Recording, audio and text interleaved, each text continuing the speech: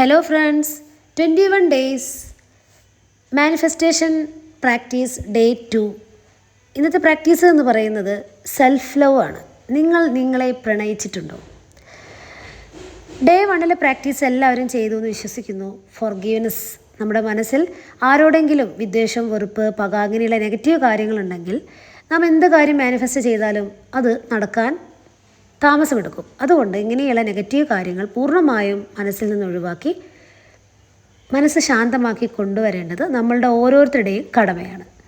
ഇന്നത്തെ practice self ലവിനെ കുറിച്ചാണ്. എന്താണ് സെൽഫ് ലവ്?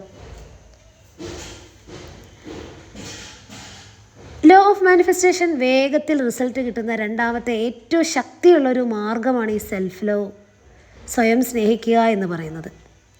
അതായത് നിങ്ങളോട് തന്നെയുള്ള സ്നേഹം. ഇത് ഇത്ര വലിയ കാര്യമാണോ എന്നൊക്കെ നിങ്ങൾക്ക് തോന്നിയേക്കാം. എന്താണ് സെൽഫ് ലവ് കൊണ്ട് ഉദ്ദേശിക്കുന്നത്? ഇതിന് ഒരുപാട് നിർവചനങ്ങളുണ്ട്. നമ്മളായി തന്നെ അംഗീകരിക്കുക, സ്നേഹത്തോടും ദയയോടും കൂടി സ്വയം കരുതുക, സ്വന്തം ഭൗതിക, വൈകാരിക, ആത്മീയ ആവശ്യങ്ങൾ നിറവേറ്റുക. ഇതെല്ലാം സെൽഫ് ലവിൽ ഉൾപ്പെടുന്നു. നിങ്ങൾക്ക് നിങ്ങളെക്കുറിച്ചുള്ള അഭിപ്രായം എന്താണെന്ന് ചോദിക്കുമ്പോൾ കൂടുതൽ പേരും പറയുന്നത്, ഞാൻ പോരാ, എനിക്കൊന്നും ചെയ്യാൻ പറ്റുന്നില്ല, എന്നെ എല്ലാവരും അവഗണിക്കുന്നു, എനിക്ക് തന്നെ ഇഷ്ടമല്ല, ഞാൻ ചെയ്യുന്നതൊന്നും ശരിയാകാറില്ല. ഇങ്ങനെ ആത്മവിശ്വാസമില്ലാത്ത വാക്കുകളാണ് കൂടുതൽ പേർ തങ്ങളെക്കുറിച്ച് തന്നെ പറയുന്നത്. എവിടെ വെച്ചാണ് നമുക്ക് നമ്മെക്കുറിച്ചുള്ള മതിപ്പ് നഷ്ടപ്പെട്ടത് എന്ന് നിങ്ങളൊന്ന് ആലോചിച്ച് നോക്കൂ. ഒന്ന് കണ്ണടച്ച് സ്വന്തം കുട്ടിക്കാലത്തെക്കുറിച്ച് ഒന്ന് ഓർക്കുക. മിക്കവരുടെയും ബാല്യകാലം അത്ര പോസിറ്റീവായിരിക്കില്ല. അതിൽ മാതാപിതാക്കളെയോ അധ്യാപകരെയോ പഴിക്കേണ്ടതില്ല. കാരണം അവർ പോസിറ്റീവാണെന്ന് കരുതി ചെയ്തതെല്ലാം നമ്മെ പല രീതിയിൽ വേദനിപ്പിച്ചിട്ടുണ്ടാവും. നമ്മെ നേർവഴിക്ക് നയിക്കാൻ അവർ ശ്രമിച്ചതെല്ലാം നെഗറ്റീവായി നമ്മെ ബാധിച്ചിട്ടുണ്ടാകാം. അവരുടെ കുറ്റപ്പെടുത്തലുകളും ഉപദേശങ്ങളും ശിക്ഷകളുമൊക്കെ ഞാൻ പോരാ എന്ന അവസ്ഥയിലേക്ക് നമ്മെ കൊണ്ടെത്തിച്ചു. പിന്നീട് ജീവിതത്തിലുണ്ടായ പല തിക്താനുഭവങ്ങളും ആ വിശ്വാസത്തെ കൂടുതൽ ഉറപ്പിച്ചു. പതിയെ ടെൻഷനും സ്ട്രെസ്സും നമ്മുടെ ജീവിതത്തിൻ്റെ ഭാഗമായി. എന്നാൽ അതുകൊണ്ട് നിങ്ങളുടെ മൂല്യം നഷ്ടപ്പെട്ടു എന്ന് കരുതേണ്ടതില്ല. വളരെ മനോഹരമായ രത്നത്തിന് പുറത്തു പായൽ പിടിച്ച് തിളക്കം നഷ്ടപ്പെട്ടേയുള്ളൂ. ആ തിളക്കം വീണ്ടെടുക്കാനുള്ള മാർഗമാണ് സെൽഫ് ലവ്. അതായത് നിങ്ങളെല്ലാം മനോഹരമായ രത്നങ്ങളാണ്. അതിൻ്റെ പുറത്ത് മുഴുവൻ എന്താണ് പിടിച്ചിരിക്കുന്നത്? പായൽ പിടിച്ചു കഴിഞ്ഞാൽ അതിന് ഭംഗി കാണില്ല അല്ലേ? അതുപോലെ ആ പായലിനെ നമ്മൾ നീക്കം ചെയ്യാൻ പോവുകയാണ്. ആ തിളക്കം വീണ്ടെടുക്കാനുള്ള മാർഗമാണ് ഈ സെൽഫ് ലവ്. ആഴത്തിൽ സ്വയം സ്നേഹിക്കാനുള്ള വളരെ എളുപ്പവും എന്നാൽ ഫലപ്രദവുമായ മാർഗങ്ങളെക്കുറിച്ച് നമുക്ക് പഠിക്കാം. വളരെ സ്പെഷ്യലായ വ്യക്തിയാണ് താനെന്ന് നിങ്ങൾക്ക് എപ്പോഴെങ്കിലും തോന്നിയിട്ടുണ്ടോ? എന്നാൽ മനസ്സിലാക്കുക, അതിവിശിഷ്ടമായ വ്യക്തിത്വമാണ് നമ്മൾ ഓരോരുത്തരും. കാരണം ഈ ലോകത്ത് നിങ്ങളെപ്പോലെ മറ്റൊരു വ്യക്തിയില്ല.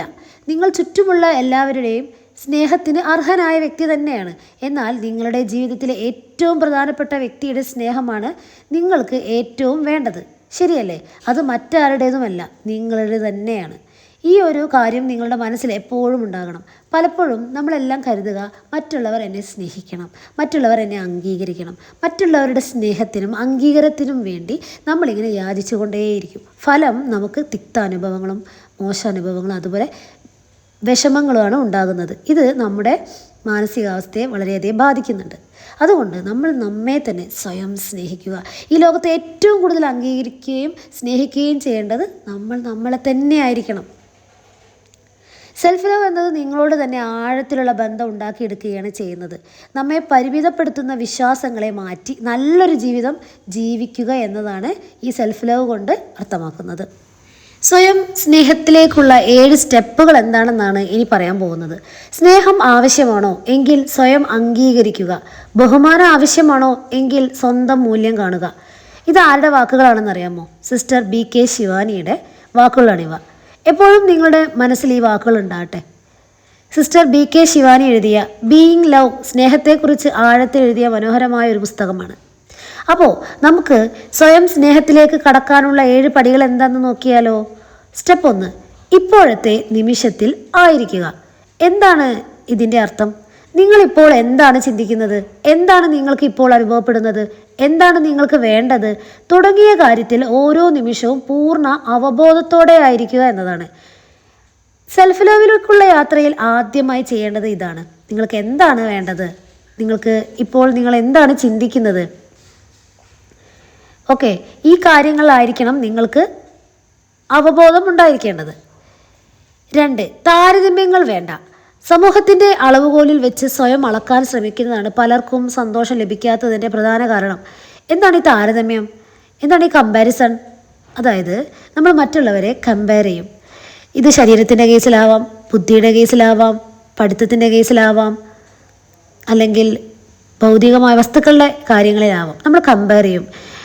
ഞാൻ ഇത്ര ഭംഗിയില്ല, എനിക്കിത്ര ഉയരമില്ല, ഞാൻ കറുത്തിട്ടാണ്, അല്ലെങ്കിൽ ഞാൻ തടിച്ചിട്ടാണ്, അല്ലെങ്കിൽ എനിക്ക് വേണ്ടത് സൗന്ദര്യമില്ല എന്നൊക്കെ നമ്മൾ തന്നെ കമ്പയർ ചെയ്യാണ്. ഇതൊന്നും മറ്റുള്ളവർ ചിലപ്പോൾ നമ്മളോട് പറഞ്ഞിരിക്കില്ല, ചിലപ്പോൾ പറഞ്ഞിട്ടുണ്ടാകും. പക്ഷെ അവരുടെ വാക്കുകളൊക്കെ കേട്ട് നമ്മളെപ്പോഴും നമ്മെ കമ്പയർ ചെയ്യും. എനിക്കത്ര ബുദ്ധിയില്ല, എനിക്ക് കഴിവില്ല, എന്നെക്കൊണ്ട് ഒന്നിനും കൊള്ളില്ല, ഇങ്ങനെ മറ്റുള്ള ആളുകൾ നമ്മെ ചിലപ്പോൾ പറഞ്ഞ് മുറിവേൽപ്പിച്ച വാക്കുകളിലൂടെ നമ്മൾ കമ്പയർ ചെയ്യും. ഈ കമ്പാരിസൺ എന്ത് ചെയ്യണം, നമ്മൾ ഒഴിവാക്കണം. 3, സ്വയം കരുതലേകുക. അതായത് മറ്റുള്ളവർ നമ്മെ കരുതണമെന്ന് വാശി പിടിക്കാതെ സ്വയം കരുതലേകുക. നിങ്ങളുടെ ആവശ്യങ്ങൾ സ്വയം നിറവേറ്റുക, സ്വന്തം ആരോഗ്യത്തിന് വേണ്ട കാര്യങ്ങൾ ചെയ്യുക. അതായത് മറ്റുള്ള ആളുകൾ കെയർ ചെയ്താലേ ഞാൻ നന്നാവുള്ളൂ, മറ്റുള്ള ആളുകൾ എൻ്റെ കാര്യത്തിൽ കൂടുതൽ ശ്രദ്ധ കാണിക്കണം, മറ്റുള്ളവർ എന്നെ കൂടുതൽ നിന്ന് പരിഗണിക്കണം, ഇങ്ങനെയൊക്കെ ചില ആളുകളുടെ മനോഭാവം ഉണ്ടാവും. ചില ആളുകൾക്കുള്ള മനോഭാവം ഇങ്ങനെയൊക്കെയാണ്. അപ്പം ഈ ഒരു മനോഭാവം മാറ്റി നമ്മൾ എന്ത് ചെയ്യണം, നമ്മുടെ കാര്യങ്ങൾ നമ്മൾ തന്നെ സ്വയം ചെയ്യുക, സ്വന്തം ആരോഗ്യത്തിന് വേണ്ട കാര്യങ്ങളെല്ലാം ചെയ്യുക. ഓക്കെ, നമ്മൾ നമ്മളെ തന്നെ കരുതുക. അടുത്തത് അതിർത്തികൾ നിശ്ചയിക്കുക. സ്വയം സ്നേഹിക്കുക എന്നാൽ യാതൊരു നിയന്ത്രണവുമില്ലാതെ എന്തും ചെയ്യുക എന്നല്ല അർത്ഥം. നിങ്ങളെ ശാരീരികമായി, മാനസികമായി, വൈകാരികമായി ദോഷകരമായി ബാധിക്കുന്നതൊന്നും ചെയ്യാതിരിക്കുക എന്നതുകൂടിയാണ് ഇതിൻ്റെ ഒരു അർത്ഥം വരുന്നത്. ഇതിന് കൃത്യമായ അതിർത്തി വരമ്പുകളൊക്കെ തീരുമാനിക്കുകയും വേണം. അപ്പോൾ ഒരു നിയന്ത്രണവുമില്ലാതെ എന്തും ചെയ്യാൻ സ്വയം സ്നേഹിക്കുക എന്നൊരർത്ഥം ഇതിനില്ല. നിങ്ങൾ ശാരീരികമായിട്ടും മാനസികമായിട്ടും വൈകാരികമായും നിങ്ങളെ ദോഷമായി ബാധിക്കുന്ന കാര്യങ്ങളൊന്നും ചെയ്യാതിരിക്കുക. അടുത്തത് സ്വയം സംരക്ഷിക്കുക. നിങ്ങളെ നെഗറ്റീവായി ബാധിക്കാനിടയുള്ള സാഹചര്യങ്ങളിൽ നിന്ന് സംരക്ഷിക്കേണ്ടത് മറ്റാരുമല്ല, നിങ്ങൾ തന്നെയാണ്. നെഗറ്റീവ് കൂട്ടുകെട്ട്, ശീലങ്ങൾ, സാഹചര്യങ്ങൾ തുടങ്ങിയവ ഒഴിവാക്കുക. അടുത്തത് നിങ്ങളോട് പൊറുക്കുക. മറ്റുള്ളവരോട് നാം കാണിക്കുന്ന ദയ നാം നമ്മോട് കാണിക്കാറില്ല എന്നതാണ് സത്യം. കുട്ടിക്കാലം മുതൽ നമുക്ക് സംഭവിച്ച ചെറിയ പിഴവുകൾ പോലും നാം ഓർത്തു വയ്ക്കുകയും സ്വയം കുറ്റപ്പെടുത്തുകയും ചെയ്തുകൊണ്ടിരിക്കുന്നു. ഇനി നിങ്ങളുടെ ജീവിതത്തിൽ സ്വയം കുറ്റപ്പെടുത്തലിന് സ്ഥാനമുണ്ടാകരുത്. കുട്ടിക്കാലത്ത് പലരും നമ്മെപ്പറ്റി പലതും പറഞ്ഞ് കളിയാക്കിയിട്ടുണ്ടാവും. നല്ലത് നമ്മൾ നന്നാവാൻ വേണ്ടിയിട്ടായിരിക്കും ചിലപ്പോൾ പറഞ്ഞിട്ടുണ്ടാവുക. പക്ഷെ അത് നമ്മളുടെ മനസ്സിൽ കുഞ്ഞായിരിക്കുമ്പോൾ വേദനയാണ് ഉണ്ടാക്കിയിട്ടുണ്ടാവുക. അതുകൊണ്ട് നമ്മൾ എന്ത് ചെയ്യണം, നമ്മളോട് തന്നെ നാം പൊറുക്കുക. അടുത്തത് ലക്ഷ്യത്തോടെ ജീവിക്കുക. നമ്മുടെ ജീവിതത്തിൽ അർത്ഥവും ലക്ഷ്യവും ഒക്കെ ഉണ്ടെങ്കിലാണ് നാം നമ്മെ കൂടുതൽ അംഗീകരിക്കുക, സ്നേഹിക്കുകയൊക്കെ ചെയ്യുക. ജീവിതത്തോട് നിങ്ങൾക്ക് പ്രണയം തോന്നും നിമിഷങ്ങൾ നിറവേറ്റുന്നതിനായി പരിശ്രമിക്കാനുള്ള ഊർജം നിങ്ങളുടെ ഉള്ളിൽ നിറയ്ക്കുക. ഓക്കെ, നമുക്കൊരു ലക്ഷ്യം ഉണ്ടായിരിക്കണം. ആ ലക്ഷ്യം നേടുമ്പോഴാണ് ശരിക്കും പറഞ്ഞാൽ നമുക്ക് ജീവിക്കാൻ തോന്നുക. ലക്ഷ്യബോധമില്ലാതെ നമ്മളിങ്ങനെ ജീവിച്ചു പോകുന്നതിൽ അർത്ഥമില്ല. അപ്പോൾ ജീവിതത്തിൽ എന്തെങ്കിലും ലക്ഷ്യം നമ്മൾ സെറ്റ് ചെയ്യുമ്പോൾ ആ ലക്ഷ്യം നേടിയെടുക്കുമ്പോൾ നമുക്ക് നമ്മളോട് തന്നെ എന്ത് തോന്നും, സ്നേഹം തോന്നും അല്ലേ. ഇനി നിങ്ങൾ മാറ്റി നിർത്തേണ്ട 10 ശീലങ്ങളാണ് എന്നോട് പറയാൻ പോകുന്നത്. തീർച്ചയായും ഈ ശീലങ്ങൾ നിങ്ങളുടെ മനസ്സിൽ നിന്ന് ഒഴിവാക്കുക. 1, താരതമ്യം ചെയ്ത് സ്വയം ഇകഴ്ത്തുക. ഞാൻ നേരത്തെ പറഞ്ഞ പോലെ മറ്റുള്ളവരെ കമ്പയർ ചെയ്യും നമ്മൾ. അത് ഫിസിക്കൽ ബോഡി ആയിക്കോട്ടെ, എന്തും ആയിക്കൊള്ളട്ടെ, ശബ്ദത്തിലായിക്കോട്ടെ, അല്ലെങ്കിൽ പഠിപ്പിൻ്റെ കാര്യം ആയിക്കോട്ടെ, സാമ്പത്തിക സ്ഥിതിയെക്കുറിച്ചായിക്കോട്ടെ, കഴിവുകളെക്കുറിച്ചായിക്കോട്ടെ, എന്തിനെക്കുറിച്ചും നമ്മൾ നമ്മളെയും ചേർത്ത് നമ്മളെന്ത് ചെയ്യും, താരതമ്യം ചെയ്യും. അപ്പം മനുഷ്യരുടെ ഒരു പൊതുവെയുള്ള സ്വഭാവമാണിതല്ലേ, ഈ താരതമ്യം ചെയ്യൽ. ഇത് ജീവിതത്തിൽ ഉണ്ടാക്കുന്ന പ്രത്യാഘാതങ്ങൾ വളരെ വലുതാണ്. ഈ പ്രപഞ്ചത്തിൽ നിങ്ങളെപ്പോലെ മറ്റാരുമില്ല. അതുകൊണ്ട് തന്നെ മറ്റുള്ളവരെ വെച്ച് നിങ്ങളെ എങ്ങനെ താരതമ്യപ്പെടുത്താനാകും? നിങ്ങളെ വെച്ച് താരതമ്യം ചെയ്യാൻ പറ്റുന്ന ഒരേ ഒരാൾ നിങ്ങൾ മാത്രമാണ്. മറ്റുള്ളവരുമായി നിങ്ങളെ താരതമ്യപ്പെടുത്തുന്നതിന് പകരം നിങ്ങളിൽ ശ്രദ്ധ കേന്ദ്രീകരിച്ച് നിങ്ങളുടെ യാത്ര ആസ്വദിക്കുക. അടുത്തതാണ് മറ്റുള്ളവരുടെ അഭിപ്രായങ്ങൾക്കൊത്തു ജീവിക്കുക. പലപ്പോഴും മറ്റുള്ളവർ നമ്മെക്കുറിച്ച് എന്ത് ചിന്തിക്കുന്നു എന്ന് പ്രതീക്ഷിക്കുന്നു എന്നത് അനുസരിച്ച് ജീവിക്കാനാണ് നാം കൂടുതൽ ഊർജ്ജവും ചെലവഴിക്കുന്നത്. നമുക്ക് എല്ലാവരെയും സന്തോഷവാന്മാരാക്കാൻ കഴിയില്ലെന്ന യാഥാർത്ഥ്യം നാം അംഗീകരിച്ചേ മതിയാവൂ. അതായത് എല്ലാവരെയും സന്തോഷിപ്പിച്ച് നമുക്ക് ജീവിക്കാൻ സാധിക്കുകയില്ല. അടുത്തത് പെർഫെക്ഷനായി വാശി പിടിക്കുക. ചെയ്യുന്ന എല്ലാ കാര്യത്തിലും പെർഫെക്ഷൻ വേണമെന്ന് വാശി പിടിക്കുന്ന ആളുകളുണ്ട്. ഈ പെർഫെക്ഷന് വേണ്ടി ശ്രമിക്കുന്നത് നല്ലതാണ്. എന്നാൽ അതിനു വേണ്ടി വാശി പിടിക്കുമ്പോൾ നമ്മുടെ സന്തോഷം പോകും. തെറ്റുകൾ സംഭവിക്കാം. അവയെ ജീവിതത്തിൻ്റെ പാഠാനുഭവങ്ങളാക്കി എടുക്കുക. അടുത്തത് പുറം മോടികൾക്ക് അമിത പ്രാധാന്യം കൊടുക്കുക. നിങ്ങളുടെ ശാരീരിക സൗന്ദര്യത്തിലോ നിങ്ങൾ നേടിയ സമ്പത്തിലോ അല്ല നിങ്ങളുടെ യഥാർത്ഥ മൂല്യമെന്ന് നമ്മൾ മനസ്സിലാക്കുക. അടുത്തത് ഭയം നിങ്ങളെ നിയന്ത്രിക്കുക. ഈ ഭയം എന്നത് നമ്മുടെ സ്വയരക്ഷയ്ക്കായി പ്രകൃതി നൽകിയ വികാരമാണ്. അതുകൊണ്ട് തന്നെ ഭയത്തെ നമുക്ക് ഒഴിവാക്കാനാകില്ല. പക്ഷേ ഭയത്തെ നല്ല കാര്യങ്ങൾക്കായി വഴിതിരിച്ചു വിടാനാവും. ആദ്യമായി ഭയത്തിൻ്റെ കാരണം മനസ്സിലാക്കുക. നിങ്ങളിൽ മാനസിക സമ്മർദ്ദമുണ്ടാക്കുന്ന ആ കാര്യത്തെ കണ്ടെത്തി അതിൽ വ്യക്തതയുണ്ടാക്കുക. അടുത്തത് സ്വയം അവിശ്വസിക്കുക. നമുക്കെപ്പോഴും നമ്മിൽ തന്നെ വിശ്വാസം ഉണ്ടായിരിക്കണം. ഓക്കെ, ഏതൊരു സാഹചര്യത്തെയും നേരിടാനുള്ള കഴിവ് എനിക്കുണ്ട് എന്ന് ഉറച്ച് വിശ്വസിക്കണം.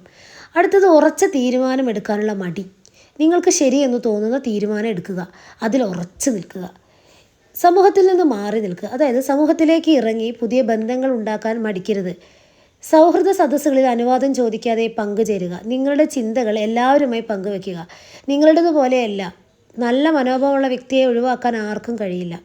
ഓക്കെ, അതായത് നമ്മൾ ഈ സമൂഹത്തിൽ നിന്ന് മാറി നിൽക്കും. അതായത് നമ്മളൊരു കൂട്ടായ പ്രവർത്തനത്തിൽ ഏർപ്പെടില്ല, ഒരു കൂട്ടായ്മയിലേക്ക് നമ്മൾ പോവില്ല. അപ്പോൾ ആളുകളുമായിട്ടുള്ള നല്ല ബന്ധങ്ങൾ നമുക്ക് നഷ്ടപ്പെടും അല്ലേ.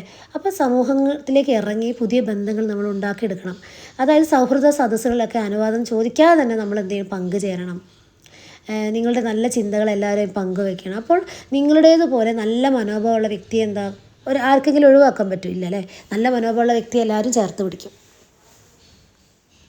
അടുത്ത ഒഴിവാക്കേണ്ട ശീലം എന്ന് പറയുന്നത് ചെറിയ സന്തോഷങ്ങളെ അവഗണിക്കുക.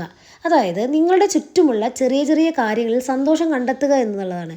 അതിൽ നന്ദിയുള്ളവരായിരിക്കുക. നമ്മൾ വലിയ കാര്യം നടന്നാൽ മാത്രമാണ് എപ്പോഴും സന്തോഷിക്കുക. ചെറിയ ചെറിയ കാര്യങ്ങൾ കാണാതെ പോകും. ശരിക്കും അങ്ങനെ പാടില്ല. നമ്മൾ ചെറിയ ചെറിയ കാര്യങ്ങളുണ്ടെങ്കിൽ അതിൽ സന്തോഷിക്കുക. അതേപോലെ നിർദ്ദയമായി സ്വയം സംസാരിക്കുക. പുറത്തുള്ള ലോകം നിങ്ങളോട് എങ്ങനെ പെരുമാറിയാലും നിങ്ങൾ നിങ്ങളോട് ദയയോടെ സംസാരിക്കുക. അതായത് സെൽഫ് ടോക്ക്. നിങ്ങളുടെ കൊച്ചു കൊച്ചു നേട്ടങ്ങൾ പോലും നിങ്ങൾ ആഘോഷിക്കുക. മറ്റുള്ളവർ ചിലപ്പോൾ നമ്മെ വേദനിപ്പിക്കുന്ന രീതിയിൽ, നമ്മെ അംഗീകരിക്കാത്ത രീതിയിൽ സംസാരിക്കും.